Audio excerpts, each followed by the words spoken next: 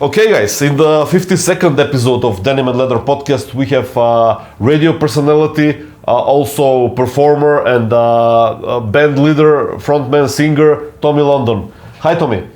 Hey, how are you? Thanks for having me, man. Great, man. We just recorded with Vinny Appice, the drummer from Black Sabbath, and we had that episode yesterday. Oh, Vinny's is the greatest. Yeah, he is man. Such a cool guy, down to earth, so much fun, great stories, and of course, fantastic drummer. Yeah. And we just rounded up the 50th episode two episodes ago with Danny Vaughan from Take Care. It was amazing. Oh, that's cool. Great band. Yeah, That's man. awesome. Thank you for coming to the show. First, I want to ask you about your history, because you are more familiar in the American audience, and I'm in Europe, so we gotta make a connection with the fans here. I've known you since I don't know, a few years back, but also I gotta admit we don't listen to much SiriusXM in Europe. So tell me about it. How did you become interested in music and all about it, When I was a kid, my father raised me on 50s, 60s music.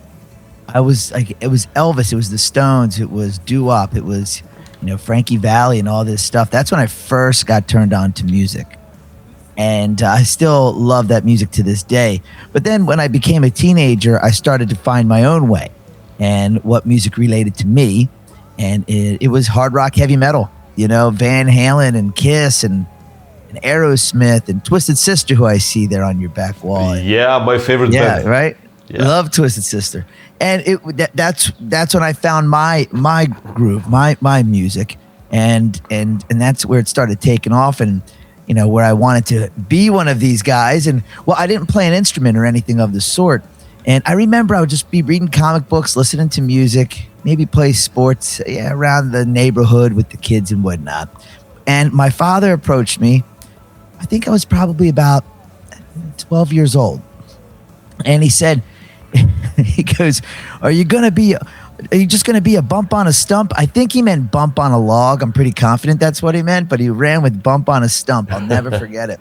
And I was like, what do you mean? And he's like, well, you read comic books and you listen to music, and that's all great. You play sports, but you got to do something, you got to find something to really get into, an interest.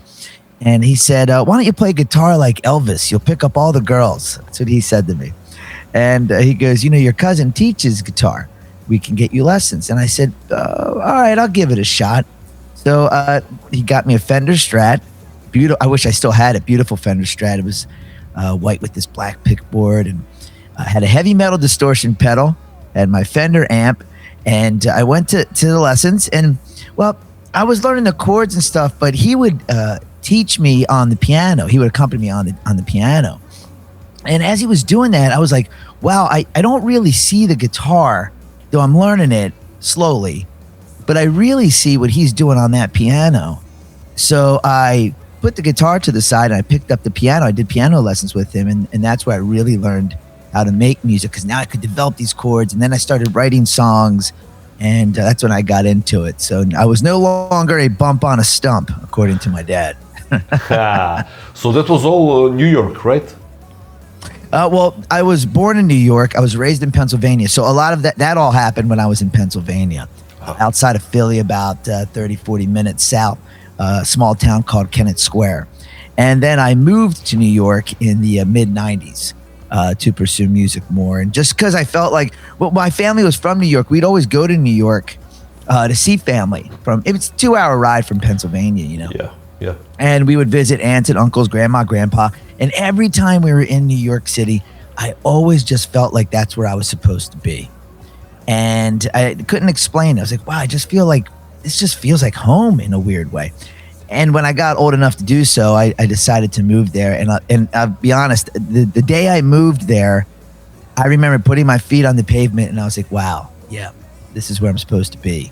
And things took off from when I moved to New York. Everything started coming together with music, and I slowly formed bands, and then snowballed into SiriusXM and all that sort of stuff. So my instincts were right, got to follow your instincts always.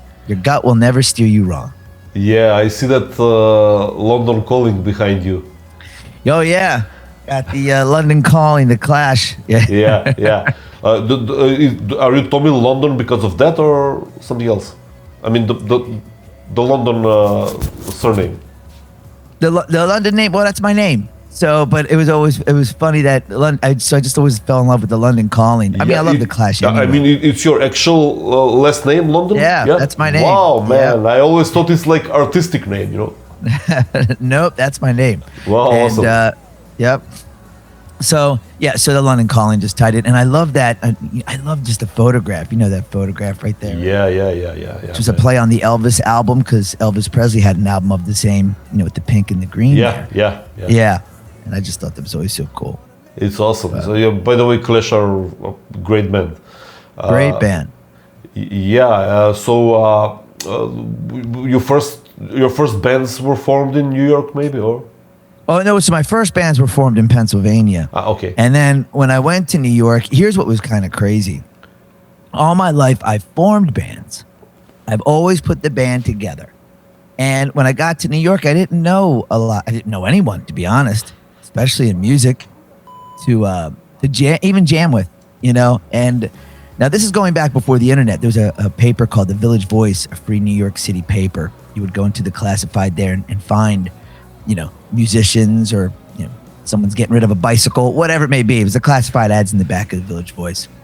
And I started answering those ads for bands looking for singers. And every band, there were crazy stories. Some of these auditions I went on. One guy in particular wanted his band. I jammed with the band, and he wanted me to learn The Who, Oasis, and a few other British bands, in which whom I love. But when I was jamming those songs, he said to me, he goes, "Hey, you're not singing with the British accent." I go, "Yeah, because I don't have a British accent." He's like, "Well, we need someone with a British accent." I go, "Well, why don't you put that in your ad? Because all because my last name's London doesn't mean I have a British accent. Like, this is ridiculous."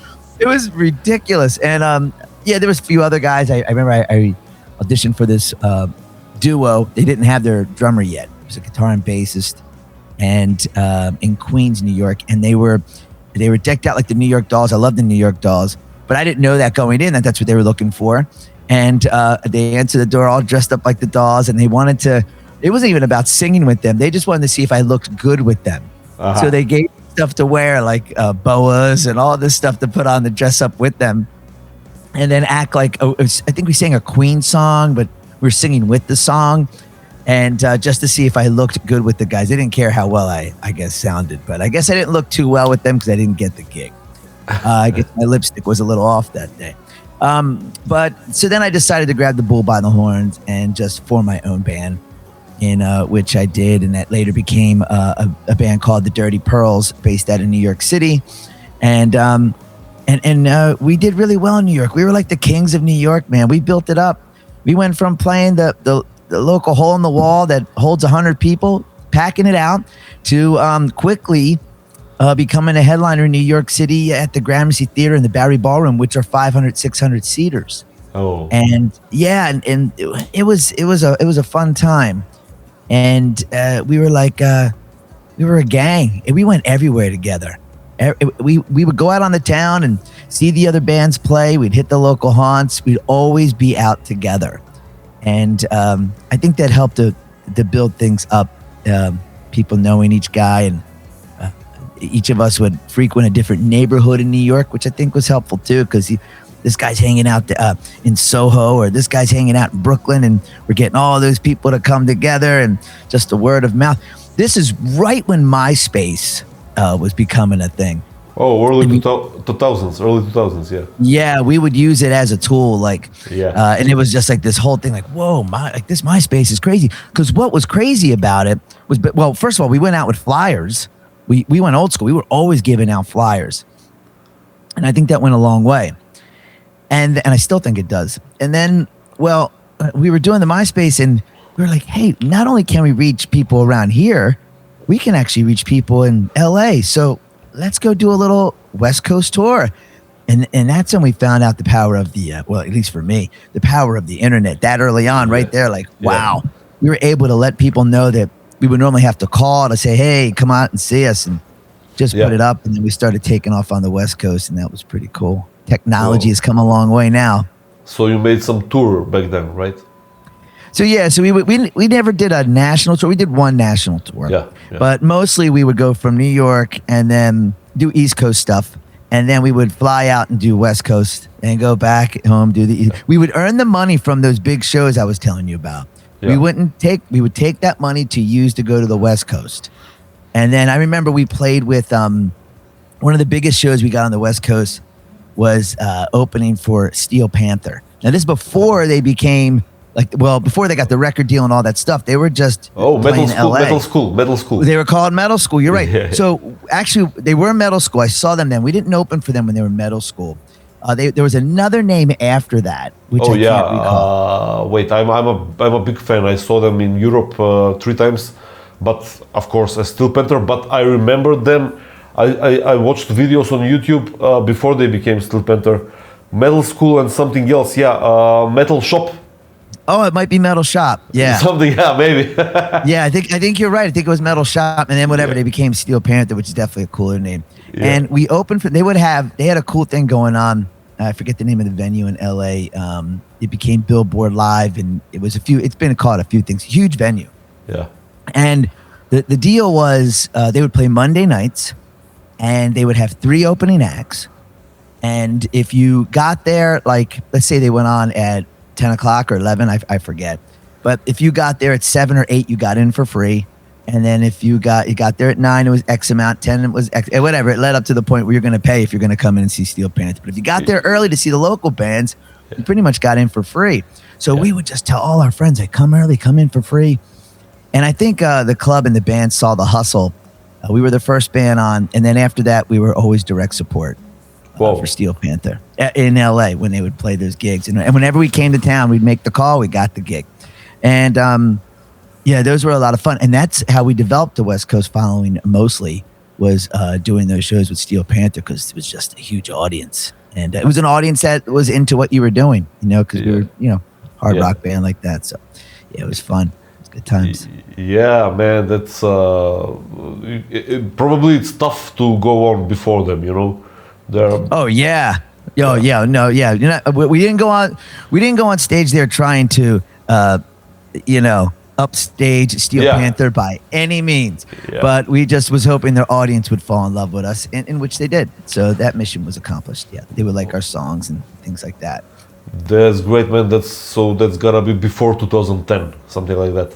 Oh yeah, this was early 2000s for sure. This probably was it was probably around actually right before 2010. I think it might have been 7 or 8, something like that. Yeah, I think they changed the name about 2010, something like that, maybe. Yeah.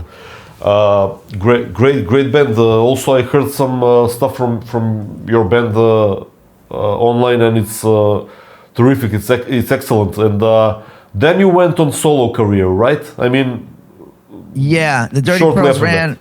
No, it was a little bit after that. So the Dirty Pearls ran for quite some time, and man, we had some. Besides doing what I mentioned there, we also because we would bring a great we had a great following and bring so many people to our shows in New York, we would get the opportunity to open for the national acts. So we opened for Cheap Trick, Kiss, The Darkness, Scott Weiland, rest in peace, and so many others, man. That we were just on cloud 9 because we were just a couple of knuckleheads who would play the local haunts separately before we formed together. Yeah. And as soon as we aligned together, it was like we took that strength and said, let's go. And we couldn't even imagine that we'd be opening for Kiss, for God's sake, who are our heroes, and and whatnot. And Cheap Trick too. So that was really really cool. And then the band, every time we got close to a touchdown in terms of a record deal or anything of the sort, something would happen. New York radio was playing our single. It was called Who's Coming Back to Who. And I'm like, local radio is playing this. We're opening for these headliners. We're packing in these big rooms. We've got to get something our way, right? And then the radio station had us do a live concert on their station, commercial free, 9 o'clock in the evening. It was a big radio station in New York. What was it? 2 days after we did that show, the radio station went under. It was just like, so now our song's not getting the airplay or anything, or even another song for that matter, which we were lining up. So it was just crazy. Or even if we got a record deal offer, and then all of a sudden it just didn't work out. Whatever. It was always like 4th and inches from the touchdown.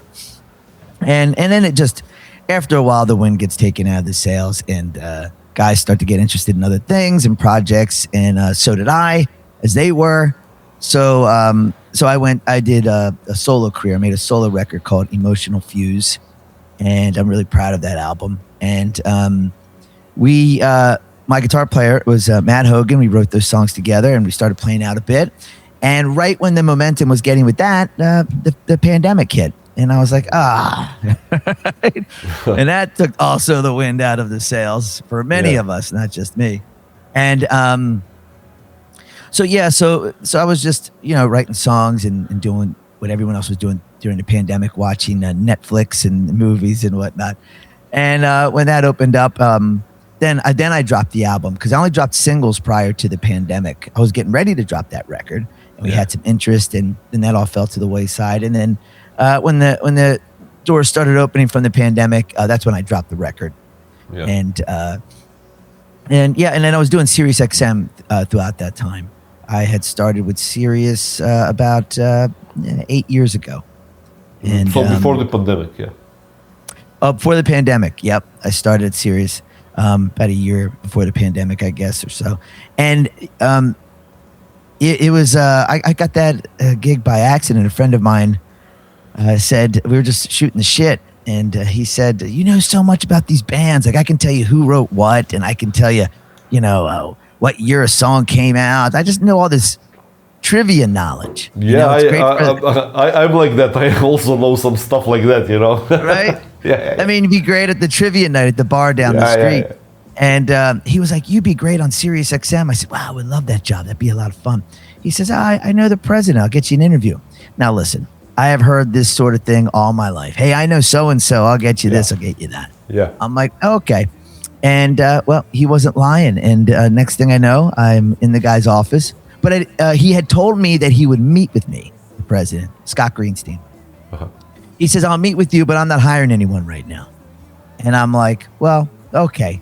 I'll go in the series just so I can check it out, and maybe I'll meet Howard Stern. Right? So I go to the studio with that attitude of, I'm not getting this gig. And I hit it off with Scott. We really hit it off. And he said to me, he goes, I don't have many people here like you. I go, really? He goes, yeah, because I'm going to get you in on the weekends. So I was on the weekends on Hair Nation, which is all the 80s hair bands, and Ozzy's Boneyard, which is hard and heavy classic rock. So you got Metallica, Iron Maiden, the heavier side of that era. Yeah. And I was thrilled. I was like, okay. And when I first started doing it, and I kind of had a feel as what I had to do, because I'll tell you what, I'll share this with you. When I was a little kid, I would get my boombox, and I would tape songs off the radio, okay, from the speaker of the stereo, not knowing that I could just get a boombox and hit record while the radio's playing and tape it. I didn't know you could do that. I thought I had to get the boombox, put it in front of the speaker of the stereo, and record the song. Now, while the song was playing, I would do a DJ lead-in to act like, here it is, the latest. This is the latest from Twisted Sister. This is called We're Not Gonna Take It. I would do this over top of the song. Yeah. And it's just funny how many years later, that's what I do for a living. So I guess that was my my practice, my school, I guess you could say. But yeah, I get the gig and on the weekends, and it just slowly but surely, now I'm on every day, sometimes even more than once a day.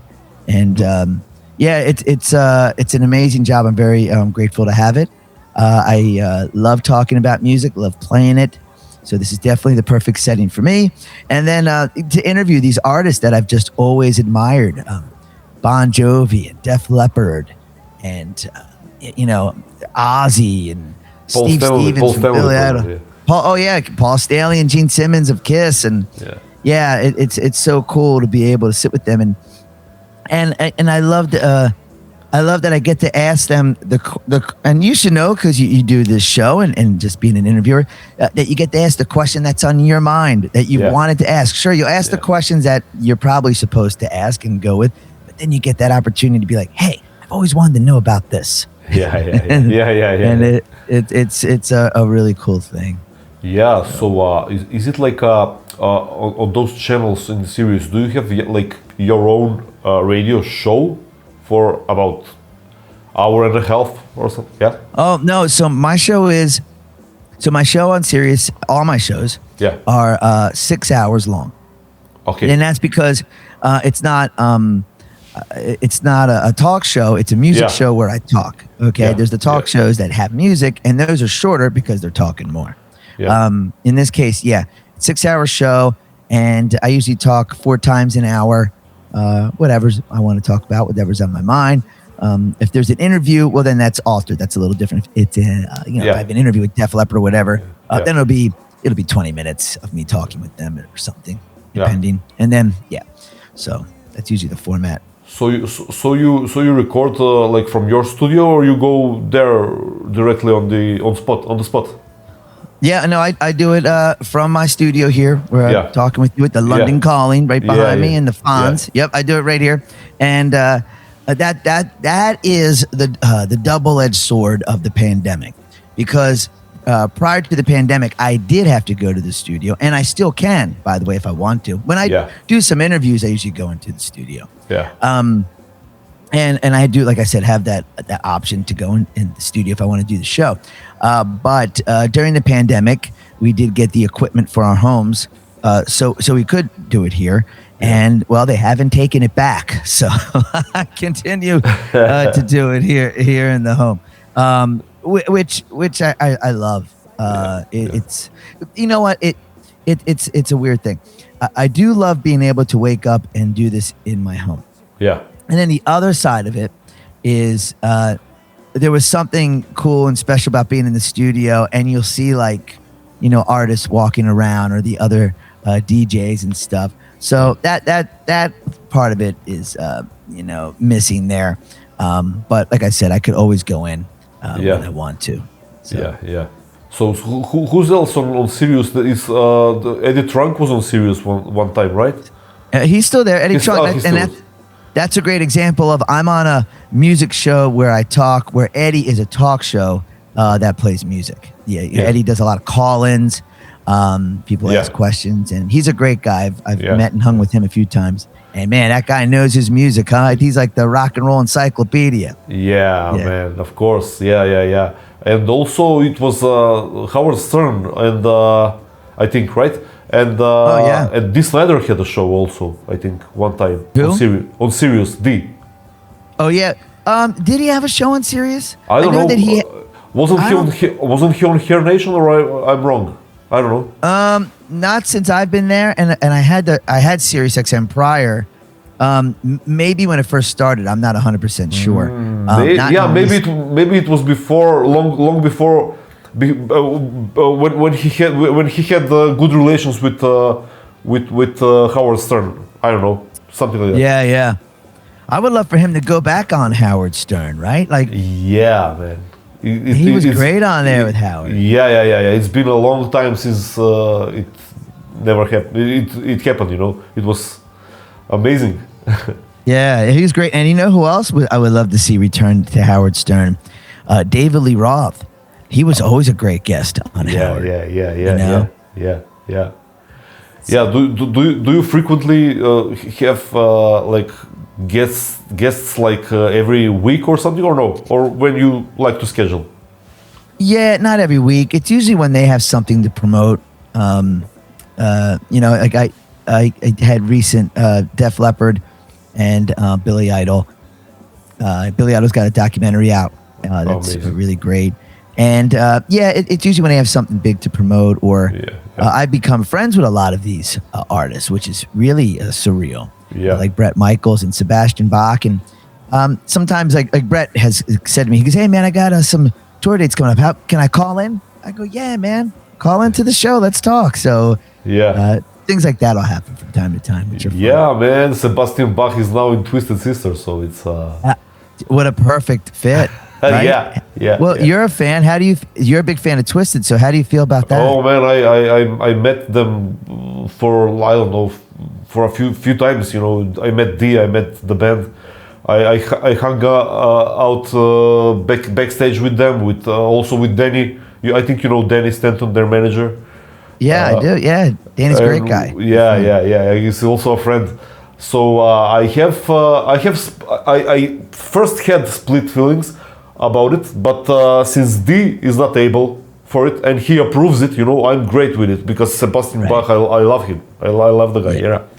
So also D picked Sebastian to be his substitute back like 10-15 years ago when they talked like if someone couldn't make it, who will be the substitute, you know? Yeah, that's kind of wild, right? I think that Sebastian is the perfect fit. Yeah. It is great that DC. You're right. If all of a sudden, and I don't know if Sebastian would have taken the gig if he wasn't sanctioned by D. You know? Who knows? Yeah. But they are friends. D is saying, "Hey, I can't do this. We want this music to be heard live. We want to celebrate this 50th anniversary. Yeah. And you're a friend who can definitely do what I do, and would love for you to carry, the flag for us." And which he is. I'm wondering though if D will pop up at a show maybe or two. Like that would be amazing. Him and Sebastian I was thinking the same. I saw videos of them singing together, back like 15-20 years ago when Twisted was, reunion and everything. Bach came up and they played some stuff. You Can't Stop Rock and Roll and stuff like that, But it will be amazing if he comes back to sing something, with them. Yeah, I think that would be amazing. That would be cool. I think it'll happen. I think D will pop up at a show. I just don't. I mean, I don't know all the ins and outs, but it seems like he's just not able to maybe to tour or to sing night after night, which happens. So, but it doesn't mean maybe he can't just pop up and sing a song. Yeah, he can sing a song or two or three, but because he probably cannot jump that much and bang his head like he used to, Yeah. He's in great shape, man. He's like, he looks good for his age. Yeah, man, like over 70 and you look like that. Yeah.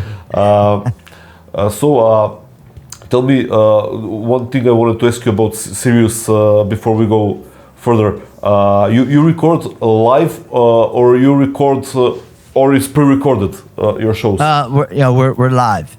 Yeah? We're live, yeah. Like every show, every of your shows is live. Every show is live. Yeah. Sometimes if I could maybe record a little bit ahead, but it's essentially live. Yeah. Amazing. Yeah. So I'll be on this evening. What time is it there where you're at now? So this is the morning right now. Yeah. Now it's 7:30 p.m. Oh, okay. Yeah. So I go on at 6 p.m. Eastern time here in the States until midnight. Every night doing the Hair Nation. And then, we were talking about music before. I was doing solo. And then I would play solo shows here or there. After the pandemic, I dropped the album and I really got more deep into radio. And then I met the love of my life, who is Britt Lightning, who plays guitar for Vixen. Yeah. And we met at a festival, M3, which is a big festival in Columbia, Maryland. Yeah, heard of it. And I was emceeing it. I host a lot of festivals due to the radio. And she was with Vixen performing at it. And, I was like, oh, my God, I got to get her phone number. So I went over there, was talking with her. I scored the digits. We stayed in touch. I was in New York City. She was L.A. And we started going back and forth by coastal so we could be with each other. And then, one of us had to give. And, the sunshine is here. And she is the sunshine. So I came to California to be here with her. And everything's so great out here too, man. I mean, look, I'm an East Coaster. I'm a New Yorker at heart, but there's a lot of, her and I, we do so much together. We travel a lot and even just with my job on a work front, great opportunities out here in California. And her and I just started fooling around writing some songs and it became a whole album. We recorded a whole record this past summer. We are getting very close to dropping the single. We filmed the video, so the single and video will be coming your way soon. I don't want to announce what the band name is yet. We're kind of saving all the surprises here because it'll be more fun that way. And so that's going to be happening. And I don't know when this podcast will air, but probably before the summer. So it won't be something like Lightning London or something like that. No, but you know what? So many people have said that. You should call the band London Lightning or Lightning London. That has a nice ring to it. I'm not going to deny it. But no, we went with the band name instead. We have a great band of musicians with us, and the band sounds great. The songs are very catchy. Like, if you're a fan of just that big power pop rock, like Vixen does, or Cheap Trick, or like my solo record and stuff, then that's the avenue you're going to be walking with us. So. I can't wait to listen to it, because I from my page on Facebook I did share your call. You did have some page for crowdfunding, right? Oh yeah. Oh, thank you. Yeah, that's how we made the record. Yeah, I did. Yeah, I did share it for a few times. I know I got the support from you. From my page from Denim and Leather Podcast. Yeah, I remember that for, I don't know, like it was maybe half a year ago or something like that. Yeah. Thank you for that. Appreciate that. Of course, man. I mean, it's tough. Like, we don't have a record deal. I'm not saying one won't happen for us. Yeah. But we went in doing it our way. Yeah. And then we'll see what happens. I mean, we already know we're gonna start playing live. We can between her and I already score a bunch of great gigs. Yeah. And it's going to be a lot of fun. We can't wait for everyone to hear it and to see the video and to see us live, of course. So. Yeah, I did like some of the first guests was Julia from Vixen on my show. Your friend, your friend Julia. Yeah. Yeah, she plays bass in Vixen. Yeah. She was amazing. 2 years ago when I started the podcast, she was a guest. Oh wow! Yeah. Oh, that's awesome. Yeah.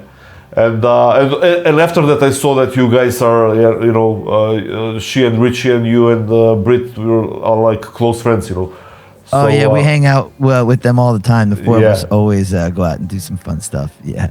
Last night we were doing at their home, Richie and Julia's home.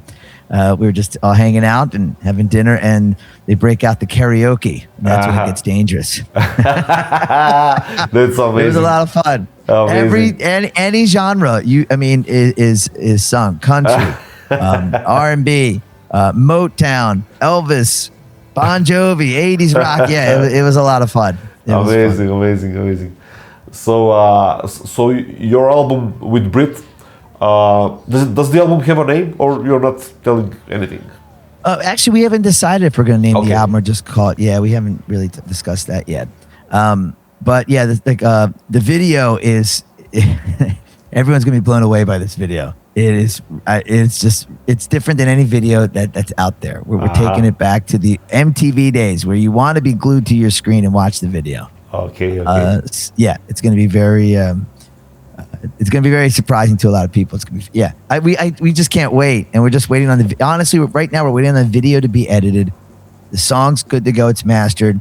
This day and age, unless you're a big artist like the Rolling Stones or, or whoever, Motley Crue, whatever, dropping an album, I get. But when you're an artist who's just trying to figure it out and make your way, doing the singles is even an artist that big as Motley Crue can just do singles. Yeah. It's kind of weird how it's gone back to the 50s. I have a spindle. I don't know if you can see that. A spindle tattoo I've had for many, many years. That's what you put in the middle of a 45 record, because back then it was an A side and a B side. Yeah. And it's really come down to that again. As a matter of fact, I'll see an artist release a song. That's their single. And then they'll give you a B-side too, like an extra song with it. I just think that's so cool. And this day and age where people's attention spans are so short due to social media, you put out that album, people are on to the next. But if you keep dropping a song, you'll keep them on the hook. That's the only way to keep them engaged and interested. Yeah. So I think that's the route we're going to go until it leads up to an album where you have so many songs out. It's like, okay, let's put a few extra and make it a collection. Yeah, make a vinyl or something, right? Yeah, I would love to do that. Yeah. They say vinyl records are at an all-time high right now. Yeah, I saw that. But maybe since the 80s or since the early 90s, maybe. Yeah, but I also hear that the record plants, the places that make the records are few and far between, and that they're so backed up that if we wanted to make a record of our album, we probably have to put it in now for like next year. Like it's you gotta crazy. wait. I have a band. I'm a drummer, and when we made this LP here is my band's. So when we did this, it was like we waited for it like a year and a half, you know. Wow. Yeah, and we made it in Poland, you know. So it's a lot of waiting. Yeah. Yeah. What's the name of your band? Steel Temple. That's a great name. Thanks, man. I like how you have it on display there. I love it. Twisted. I see the two Twisted Sisters. What's the record behind you there? Is that a record? It's rock and roll. Great. Chuck Berry, Jerry Lee Lewis, Fats Domino, rock and roll. Oh greats. yeah, man. That's a record. Yeah. Oh wow. It's like a best of rock and roll greats. Yeah, it's the greatest hits. Yeah, that's awesome. Yeah. So it's we did have some highs in our career. We opened for Judas Priest, for Halloween, for Whitesnake, for a few times, you know. We did. Oh, that's awesome. Yeah, but we ain't going nowhere. We're like just existing, you know. You still playing? Yeah, I am. Okay, that's great. Yeah, that's great. But Judas Priest and Whitesnake, I love them. I wish that Whitesnake would have continued on with their farewell tour. And got cut short. Yeah, man. Yeah, I live close by. We are like neighboring countries with Dino. You know Dino Jelusic that played with them. He was on the keyboards, but he's a hell of a singer, you know. Yeah. So he's a friend, you know, and I asked him about it, but he said they are not continuing it probably because of, you know, David is retired and stuff, you know. Yeah, you know what's weird is he retired. Okay, he stopped touring. I think he was like he had a throat thing. I mean, those are high songs. Yeah, you know? yeah. So he couldn't tour. And then he was just going to continue to make music, he had said. And that didn't happen. So he retired recent months. He says, I retired from music. Yeah. And he retired from social media. Yeah. Which really sucked because he was funny. He would put up some really funny memes. He's so tongue-in-cheek. And I don't know why he decided just to, I'm out. I guess he felt if he's not promoting any music, he didn't need to be on there. I'm assuming. He had funny posts like his purple toenails or stuff like that. You know what I did once? I did a poll. I said, who had the best hair from the 80s? John Bon Jovi or David Coverdale? And everyone was picking who. And David Coverdale responded. He said, hands down, it was John Bon Jovi. That's what he wrote. I thought it was cool that he took the time to even, respond to my knuckleheadness there that I was doing. But that was just that just shows you what kind of person he is. Yeah, he's amazing. Yeah. So when you guys drop the album, I mean, you're gonna be single to single, but when you drop the album, we can have you both on the show. It would be amazing if you do that. You and Brit. Yeah, I would love to have one of our first few interviews here with you. With Brit. Thanks, man. Debut the band and the song, album, whatever. Yeah, we'd love to. That'd be great. Yeah, we can do that. Yeah, I will shoot you a message and we can do that. Like both of you. Probably in your same studios, right? Yeah. Yeah. I can put a chair over here for her. We'll get us both in here. Yeah. Also, I'm gonna ask her about Vixen stuff, but sure. Yeah, we can do all this. That'd be fun. That'd be great. Okay, man. Okay, thank you for this great interview, and I can't wait for the first single now. You got me hyped.